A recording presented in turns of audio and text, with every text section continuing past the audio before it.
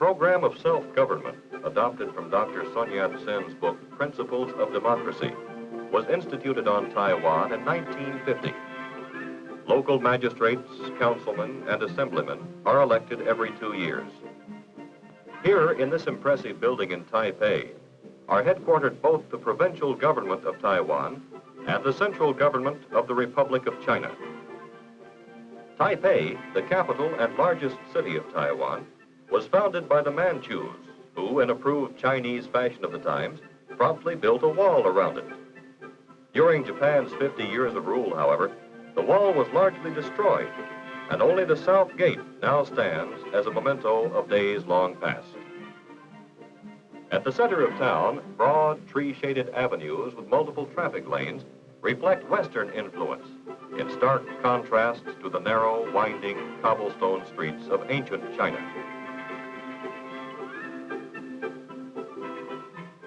The ugly outlines of bomb shelter entrances disfigure many otherwise picturesque streets, a grim reminder of the constant threat of armed aggression.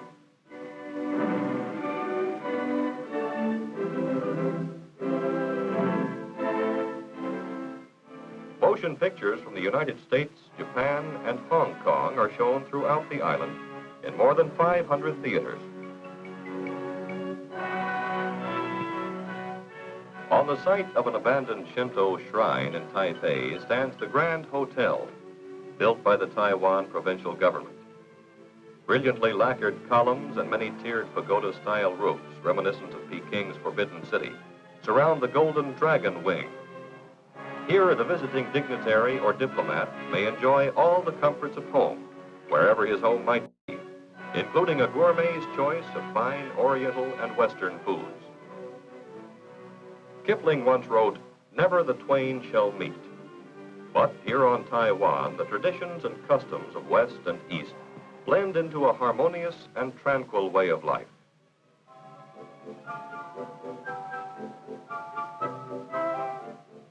A shopkeeper smiles with pleasure at our interest in his colorful works of art.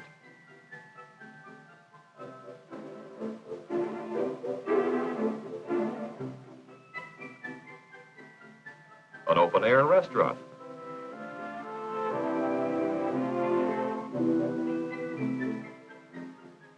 A water chestnut vendor.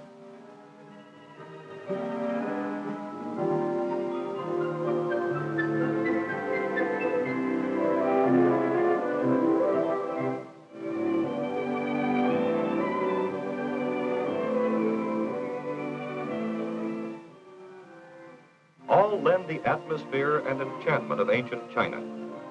Across the street, the new Station Hotel entertains travelers from around the world with modern Western-style hospitality.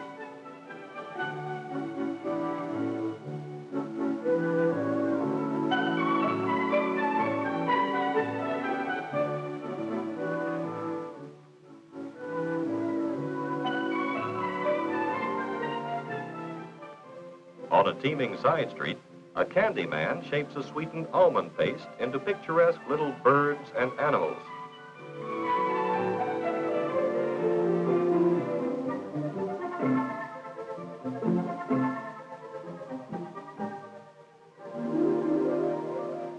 His wares, sold for only a few cents each, are admired for a time, then eaten in sticky enjoyment. Plaintive sounds of drum and flute clear the thronging streets. Led by a juggler, musicians, and many scrolls of tribute and elaborate flower pieces, a funeral procession passes by.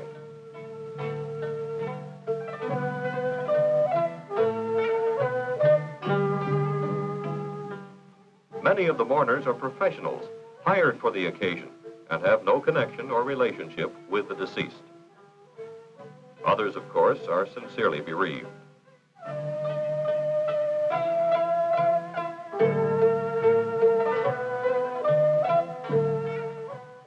With features hidden by a sackcloth covering, the chief mourners hold on to a length of muslin to avoid going astray, for the procession must wind through many miles of city streets and country roads on the way to the gravesite.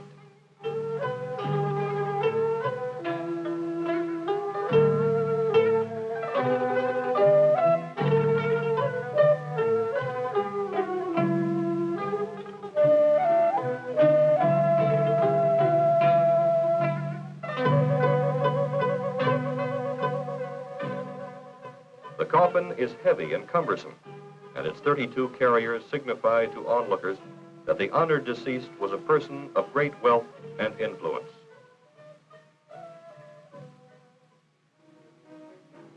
Public transportation is plentiful and cheap on Taiwan. A network of highways, railroads, and civil airlines offers fast and reliable service to all parts of the island. The Taiwan Provincial Railway operates 675 trains, carrying a daily total of some 300,000 passengers and 50,000 tons of freight. To handle the constantly increasing flow of traffic, the provincial government is rebuilding roadbeds, highways, and bridges, and improving equipment and station facilities. Demand for bus travel has increased tenfold in the last decade, as construction of new roads brings national parks and recreation areas within easy reach of a travel-hungry public.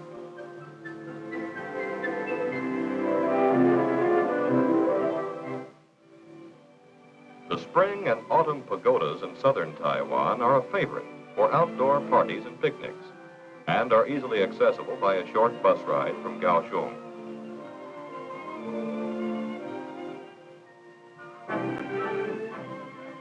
During the last 2 years, the 120-mile east-west highway has been completed, joining the China Sea to the Pacific Ocean.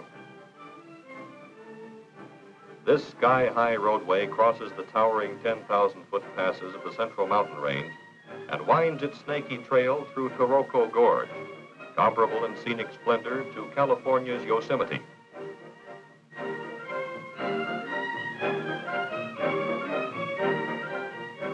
"5,000 Chinese and Taiwanese laborers, working only with hand tools and an insurmountable will, carved 35 tunnels through the hard granite mountainsides. 5 modern bridges span the cavernous valleys and ravines.